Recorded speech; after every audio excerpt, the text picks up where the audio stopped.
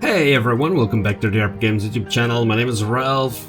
This is the life and suffering of Sir Randolph, Brante, and suffering it is. We've had a pretty rough year the previous episode. Octavia, gone.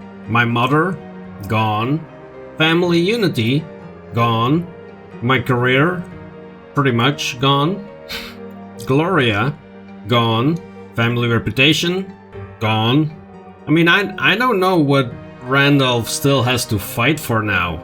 I think we're at a crossroads where he's going to have to choose for himself. I tried the family approach, and, well, you saw in the previous episode what that got me. Not a lot of thanks, that's for sure. In any case, it's the year 1145 and there's a storm on the horizon. For over a year now, Anisotti has been steadily simmering with unrest like a soup pot over a well-stoked flame. Commoners flock to the squares in droves, the mobs grow bolder, demanding new freedoms and protection under the law. The last straw insurgents commit brazen acts hoping to overthrow the authorities. The noble gentry insisted that every mob be dispersed by force. They're ready to fight for their ancient privilege, sword in hand.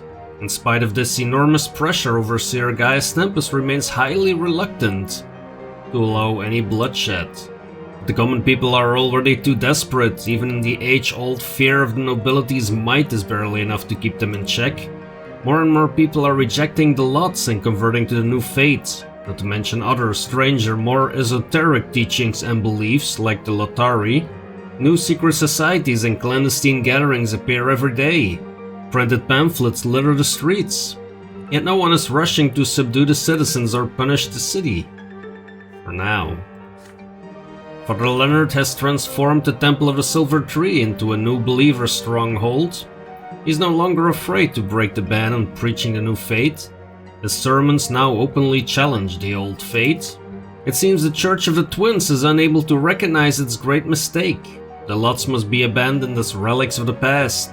The twins granted everyone the freedom to choose their own path in this world, and I will not stop until this freedom is recognized throughout the Empire. The next Patriarch of Magra must be chosen by the parish, not the clergy.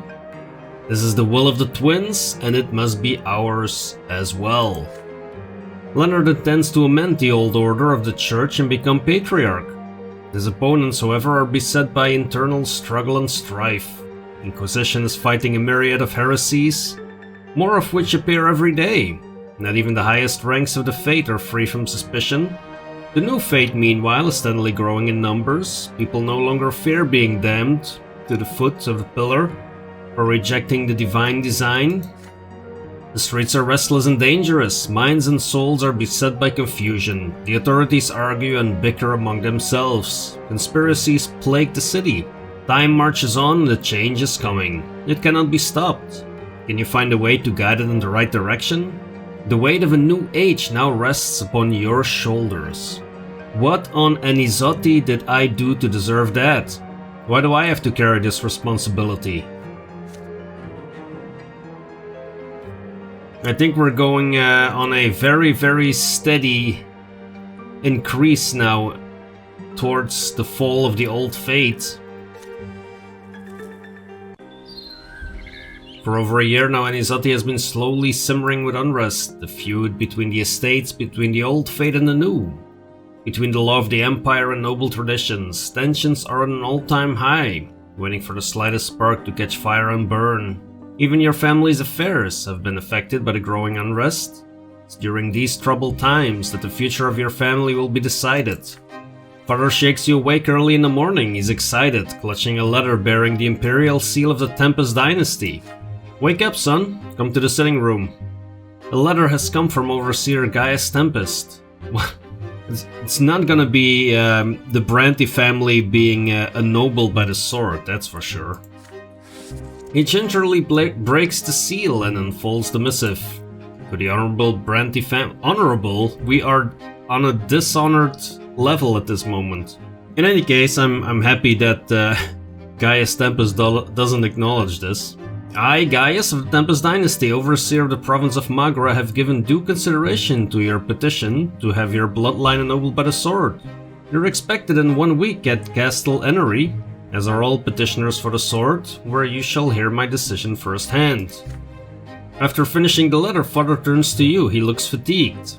Well, I have upset Gaius Tempest in the previous episode, and I have upset Archduke Melanidas in the previous episode, so I would be highly surprised if the Brante family is going to be ennobled by the sword.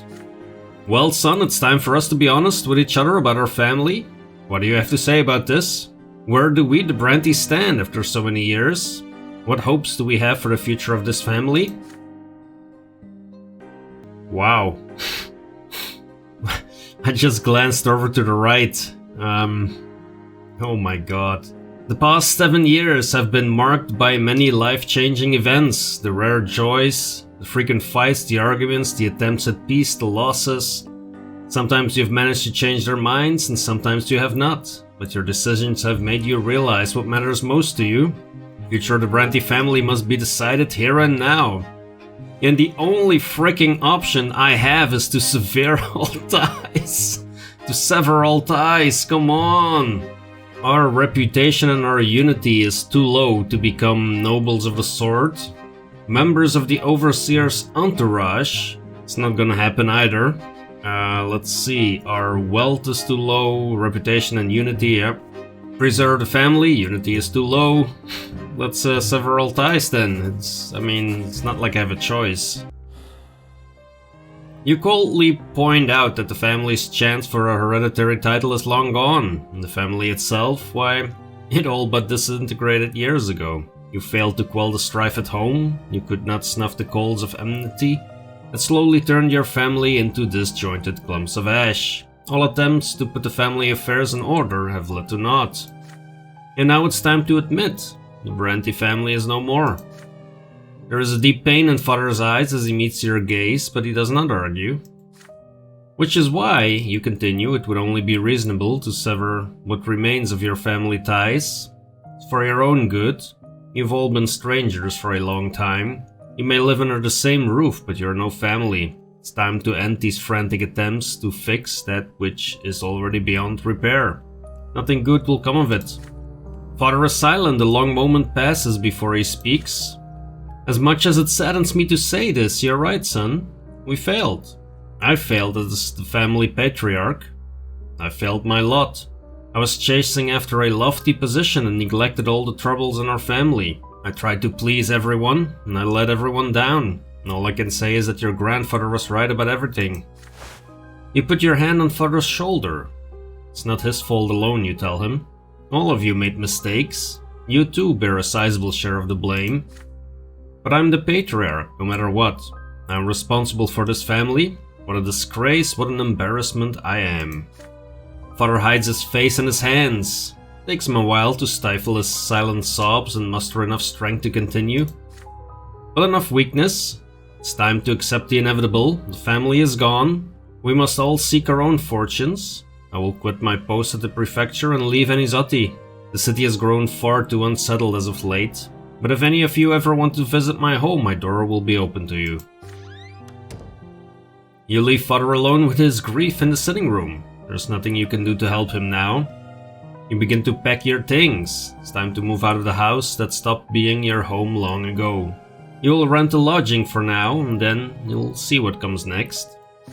Carriage awaits you at the gate. You take one last look at your parents' house, the place that was your home and shelter for so many years.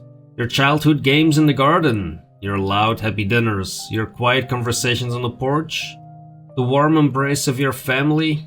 It's time to leave it all behind. You offer your family no farewells as you depart. They're no longer part of your life. From this day forward, you must fend for yourself. Wow. Yeah, well, that's messed up. That's all I can say.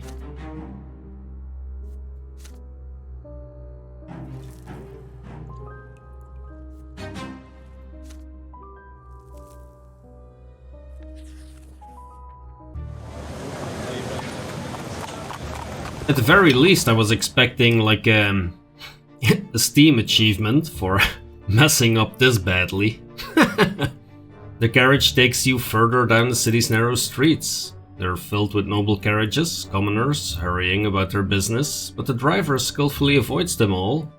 You watch the city uneasily from behind the carriage doors. The past few months have been so tense and challenging, they felt like a single unbearable moment.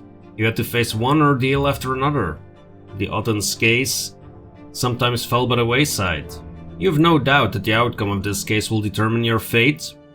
Your previous encounters with the haughty commander have assured you of that. The time to strike down Otton is coming soon. Right now, you need to make your final preparations. Your gut tells you that time is running out. Either you seize the initiative, or Otton will destroy you himself. What should you focus on at this critical juncture? You consider your options. We could have addressed the people with a speech to gather public support if only our eloquence had been one higher, one measly point. We can start a rumor among the aristocracy. This increases my career and then goes back to a future prefect, and I lose willpower. Or I can bide my time. No, let's start some rumors. I mean, the only thing I have left now is pretty much my career, so I better go for that.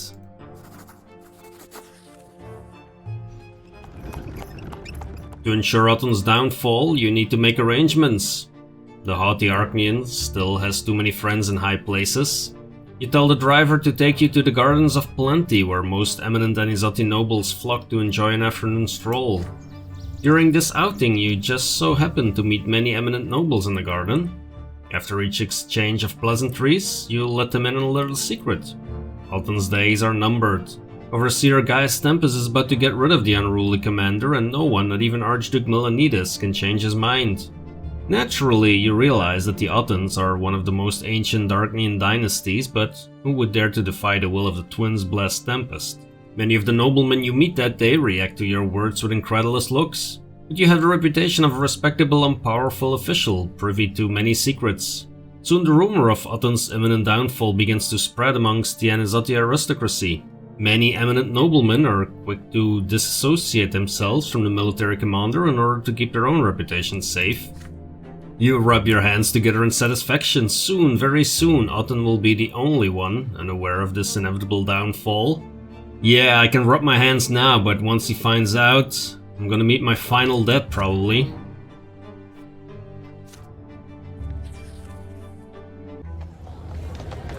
You stand at the window of your office and watch the living streets below, exhausted. For over a year, Anisotti has been steadily simmering with unrest, like a soup pot over a well-stoked flame. The endless feud between the Archduke and the Overseer, the first trials against nobles, insurgencies flaring up all across the Empire. Grim, heavy, dark red storm clouds now hang in the sky above Anisotti. Preachers of the new faith fill the streets, urging people to reject the lots. The abbot of the Temple of the Silver Tree, Father Leonard, has turned the city's most ancient church into a new believer stronghold. Commoners flock to the squares in droves. The mobs grow bolder and bolder as they demand new freedoms and protection under the law.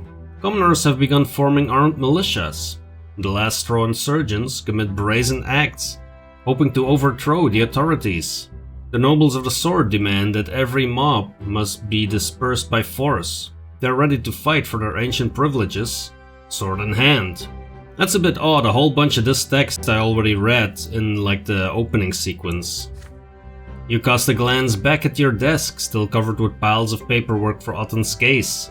You've been working on it for over 2 years now. This case will have to reach a conclusion someday, but when? Will you be able to free yourself from the mortal peril into which it has drawn you? Oh boy, here we go. Your thoughts are interrupted by heavy footsteps and clacking hooves. The square in front of the prefecture quickly clears as workers and merchants do their best to flee. The Legion battalion is advancing on the prefecture. It's led by Dorius Otton, on horseback and in full armor. He rides right up to the steps. The square resounds with a commanding voice. I am Dorius Otton, High Commander of this province, and I have come to demand justice. I have proof that a judge named Randolph Brante has been collecting slander for years, seeking to tarnish the Otton name. I've already warned this judge, and I will not stand idly by in the face of an insult. To accuse me is to undermine the rule of the Arachnians, or noble traditions, and the sacred order of the Empire itself. I demand that a stop be put to this campaign of defamation. I expect Judge Brante to burn his so-called case right now. Till that happens, my battalion is under orders to treat all those who serve the prefecture as traitors to the crown. No one will leave this building until I see these vile accusations against the Arachnian dynasty burned to ash. Wow. Well, Borne comes rushing into your office, yeah. He's worried that he won't be home in time for his wife's soup. He's pale as a ghost, trying his hardest to remain composed. Randolph! Otton caught us off guard. I knew we should have begun this trial much sooner. He has the upper hand now. No one will come to our aid. We must give Otton a reply. It's all up to you now, Sir Brante. This is it, the moment of truth. Dun, dun, dun. How will you respond to Otton's ultimatum? No way! Okay, I glanced to the right again. Without saying a word, you stare out the window again. The sky is dark and overcast, thunder echoing in the distance. The Legion soldiers stand still, awaiting new orders. Otton's horse is right by the stairs as he awaits your reply. Past several years flash before your eyes, cases and verdicts, threats and promises, decisions and deeds. Where have they led you, your career, your province? How will you approach the task of rebuffing one of the mightiest Arachnians in the province? Will all be decided now. Well, it won't really, because I can't do anything. I cannot charge Otton with crimes because justice is not high enough. Cannot summon Otton to trial because justice is not high enough. I cannot bring Otton to the court of honor for some reason. I'm not quite sure why that is. Is that because I don't have the destiny evidence against Otton? I'm not sure. Oh no, that's because my relationship with Borne is not betrayed. Is that... that's odd. I cannot call for Gaius Tempest's aid because my career is not at 8, it's at 7. Again, one freaking measly point. And so I have to burn the case. Man. You stare out of the window helplessly. All those years of service as a judge spent trying to achieve balance, siding with the common estate while avoiding the ire of the mighty, gathering influence, climbing higher while doing your duty as a judge. You have been buffeted by twists of fate, by schemes and plots. You failed to maintain that fragile balance. You failed to protect justice in your home province. The common people are so desperate they're ready to take their rights by force. The law is too weak to govern commoners, nobles and Arachnians alike. You will not be able to convict Otton no matter how many crimes he has committed. The grip of tradition is too strong. The Arachnians are and will remain immune to the rule of law. On the other hand, you've also failed to garner enough influence and establish enough connections with the aristocracy. You've not earned their respect, curried their favor. Without powerful patrons, Otton, your sworn enemy, cannot be defeated. There's only one thing left to do, acquiesce to Otton's demands. Your hands shake as you collect all the papers on Otton's case in your office. You walk down the stairs to the door of the prefecture. Otton meets you face to face. He dismounts his horse, but clad in full suit of armor. The Arachnian is still a head taller than you. There you are at last, Brante. I expect nothing less. You humans are predictably apt at finding your proper place soon enough. Now destroy those despicable scribbles. A Legion soldier hands you a burning torch. Humble and obedient, you bring the fire closer to the papers containing Otton's case. All the evidence you have, all your statements, it all burns away in an instant. The wind lifts the ashes and scatters them across the square. This is what you should have done the moment your upstart of a prefect instructed you to undertake this so-called case. Still, my mercy is known far and wide. Confess your lies and slander to the entire city and you will be forgiven. Your stomach roils, it's hard to breathe. Takes all the effort you can muster to take a deep breath and then you do as he asks. You submit to the highborn Arknian's truth. You gathered slanderous rumors, a task beneath a true noble's honor. Did everyone hear that? That's enough, Brante. You're free to go. Return to your cases of petty theft and stolen trinkets, and do not meddle in the affairs of your betters. Otton springs back into the saddle and commands the battalion to return to the barracks. You remain in the square, unmoving, your spirit broken. From behind you, Borne's hand comes to rest on your shoulder. Randolph, you did all you could. Pains me to say it, but we cannot bring Otton to justice or make all the estates equal under the law. We must accept this defeat. We weren't ready. I'm so sorry for getting you involved in this hopeless case. I wanted to change the Empire, but instead I doomed you to humiliation. Yeah, thanks, Borne. I fear Otton's case was our last and only chance to avert a riot in Anizoti. Soon the humans' patience will run out, and they will explode in defiance of this lawless tyranny. No one will be able to prevent the fire and blood. You may go, Brante. Brace yourself for the tough times ahead. Take care. Borne embraces you like a father and drags himself back to his office. You watch him leave, a lonely, bent old man. The sky over Anizoti splits apart, showering the dust-covered streets with long-awaited rain.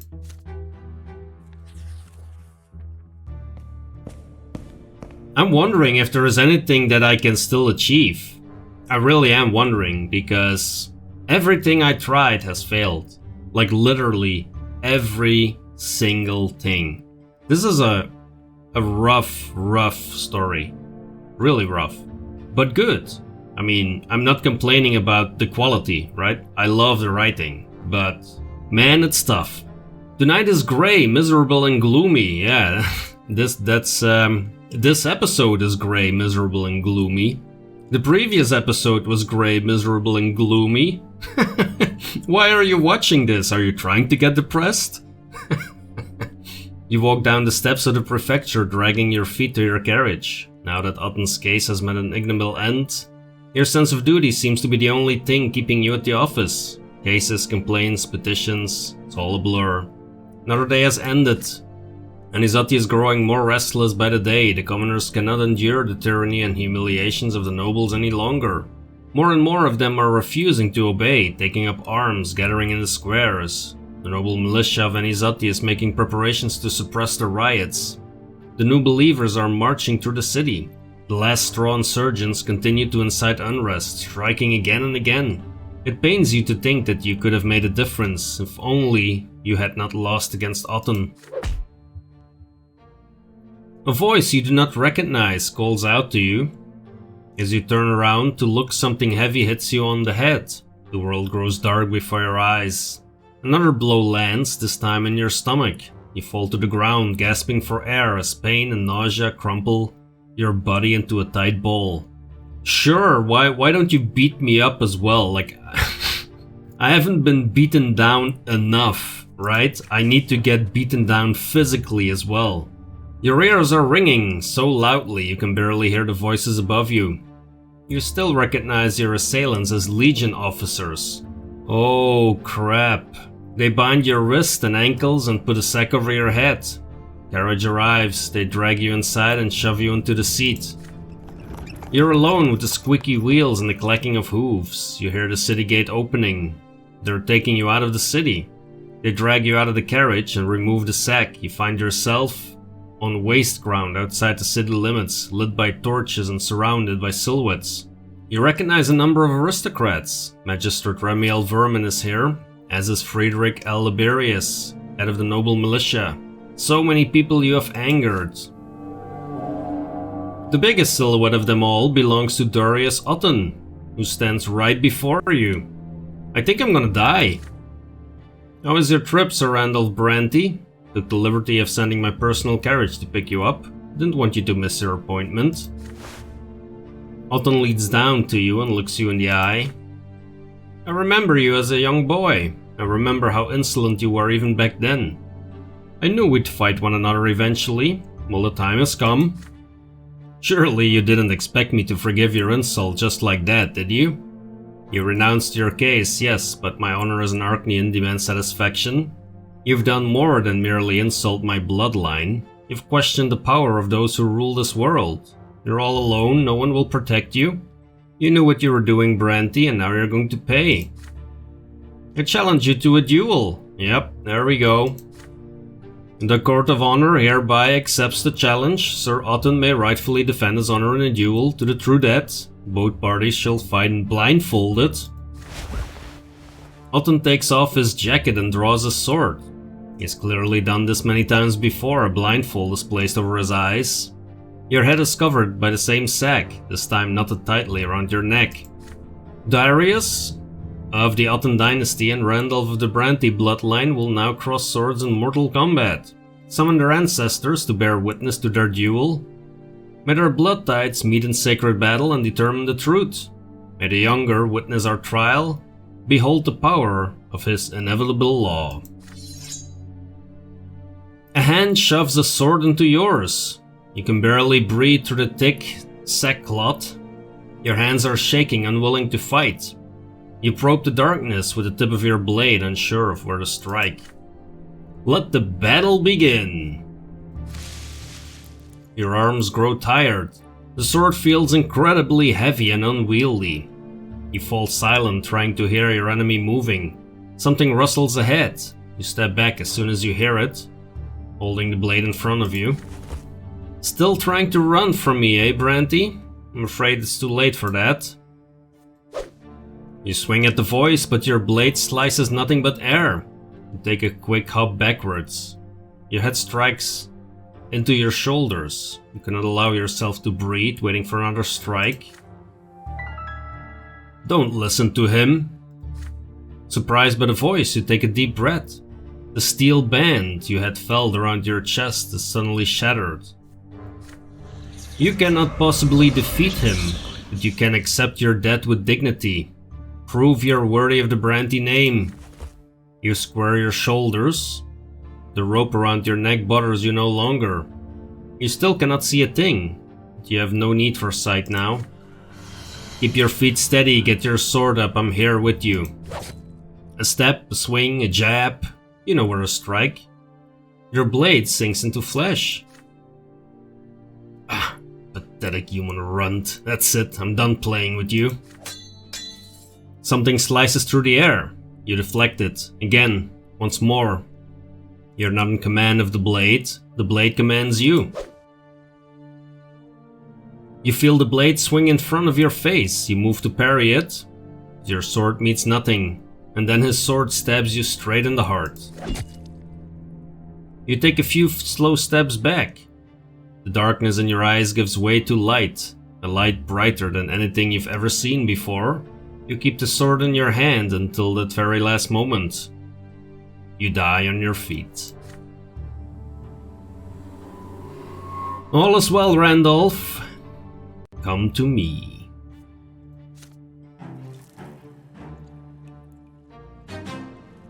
Well, that's it, folks. True death has taken me. Wow. Well, it had been going downhill. Neither side could overcome the other. The fire of the revolt could not be extinguished. The province, and then the whole empire, fell on troubled times.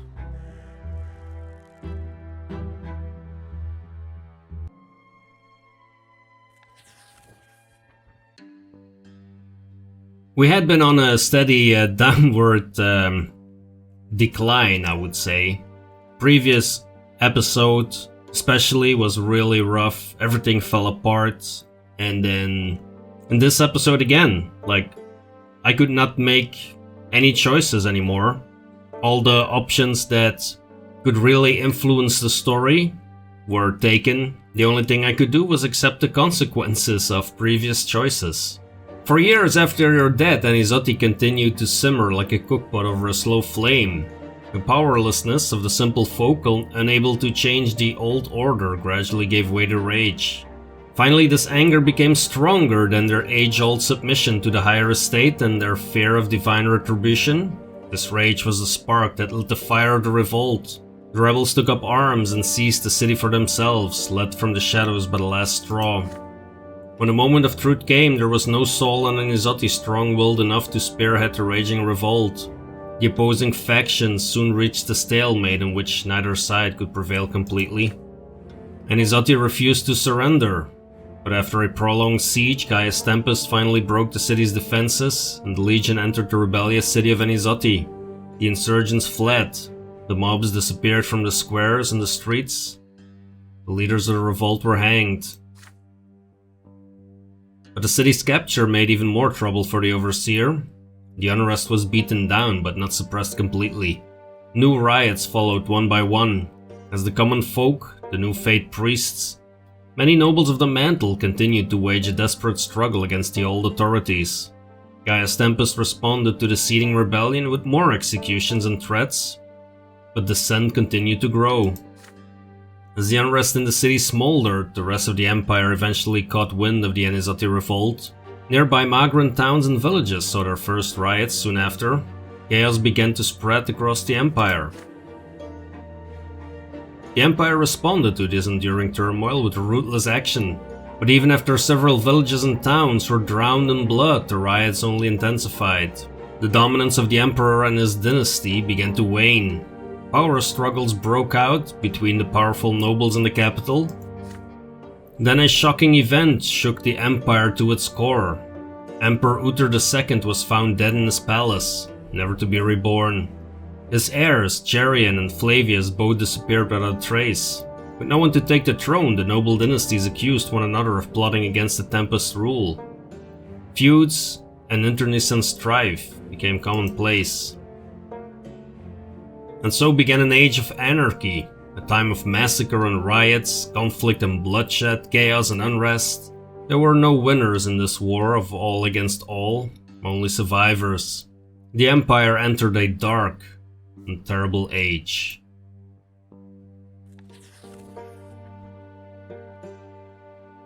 You have made your last and most important choice. Was your death worth it? Could you have chosen a different path? Either way, there's no going back. Your fate is sealed. There's no returning from the hereafter.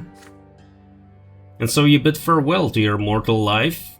Everything you fought for, everything you strove for, all that is behind you now. You're on your way to the Shining Pillar, to await the judgment of the twins. You can no longer change the world's destiny, but the choices you made and the deeds you did have left an indelible mark. The world will remember the life and suffering of Randolph Brante. The hour of your death has come. Your soul has left your body, never to return. You're taking to the peak of the Shining Pillar. Every moment separates you more and more from the mortal realm. The link that once bound you to it is gone forever. You look up to see two divine visages, watching you intently. The elder twin gazes upon you, full of sorrow and compassion. The younger examines you dispassionately, seeing your every act and thought. You've ascended from the mortal realm. From here you are but one step away from partaking in eternal bliss atop the peak of the Shining Pillar. But first you must be judged by them, just as every other soul born in this world has been judged since time immemorial. Only their judgment can decide whether you deserve to remain atop the peak or be hurled down to the foot. That would really cap off this playthrough if I was now hurled down the mountain. You stand before the twins. Your very essence is laid bare before them, all the secrets of your inner self revealed in full. Your soul is like an open book to them, one that preserves the story of your entire life. You lie prostrate before the gods. The time has come to take responsibility for your mortal life. And the elder twin asks, are you thankful to the gods for the life you lived? I could say that I'm thankful, then my soul is filled with love for those who created you and gave you the gift of life. I'm glad it's over. I feel no gratitude whatsoever to my creators. I despise them. I regret how you squandered the twins' given life, or I am calm. Well, I staunchly accept everything that happened to me. I mean, what else can I do? They hear your answer. Compassion and remorse fill the immeasurable deep eyes of the elder twin. He turns to face his divine brother, who returns his gaze with an expression of stern remorse. The elder twin asks once more, "What was your life to you?" It was certainly a struggle. There was also a good bunch of suffering.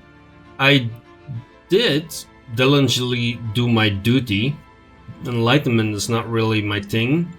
Service to others, yes. Creation, Dedicated to other people, no. It's either struggle or toil. I mean, I tried doing my duty as a judge, so... The elder twin bows his head warily, considering your response, but the stern visage of the younger already looms above you. Human by the name of Brante, what did you live for? I don't know what I lived for.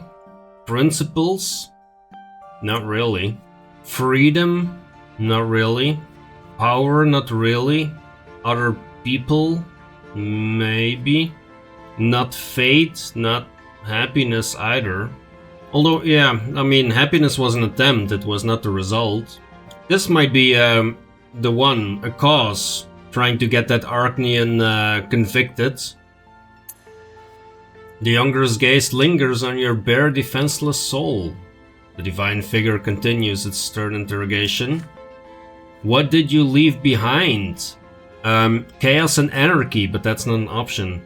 Blaze the trail for change that will long outlive you, that is not true. Order, that is not true. Believed in something and it changed the world, nope. Provided for my family, nope. Important part of the history, not really. Achievements, I mean, achievement, I guess, but not incredibly though. The younger twin now moves towards you with clear intent, poised to render his judgment, but the elder twin restrains his brother with a gesture. A divine voice fills you once again. Did your life make the world we made better and more perfect? To be honest, it did not become better. It cannot be changed. It did not become better, became worse. It's not for me to judge. Let's stay humble here. The younger twin is silent, his eyes two swords piercing your soul. The elder twin speaks to you again, but you already know the question, the very same question that caused you so much suffering shortly before your true and final death.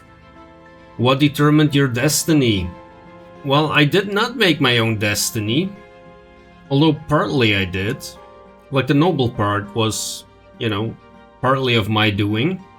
Path was charted for you by the people and society that you lived in. If I'm being honest, I would say the world around me. The soul of a man named Brante lies prostrate at your feet.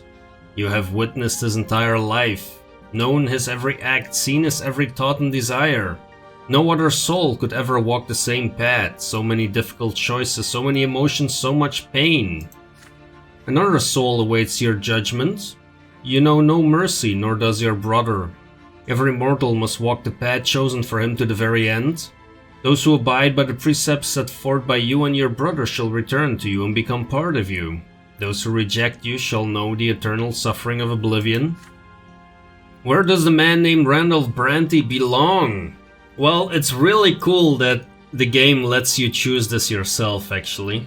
I mean, to be fair, I don't deserve to be condemned to eternal suffering. I really tried very hard to please everyone, to create a future for my family, to go for justice in spite of my career. Let's have him know eternal bliss. You gingerly grasp the fragile soul lifted up and turn to face your elder brother. You lift your sword, your brother stands with arms akimbo, ready for the blow. The blade slices through his chest, blinding light gushes from his gash. You bring the minuscule soul to your brother's chest and it dissolves in the stream of shimmering luminescence. Tiny fragment of your shared creation has rejoined the whole. The man named Brante is no more. There is only the eternal fount, in which he now abides.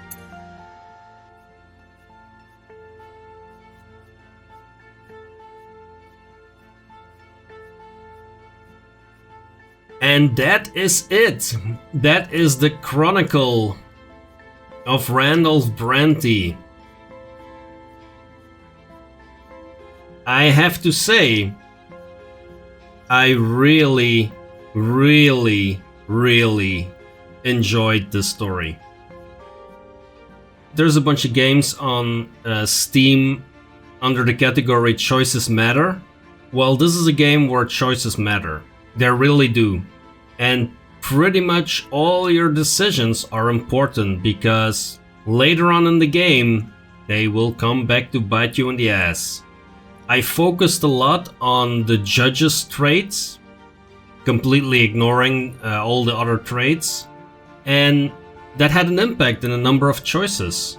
The choices you get in the game are not easy, and it is an incredible balancing act to keep all the things going smoothly. I mean, I think it's impossible to have all the things go smoothly. It's just impossible.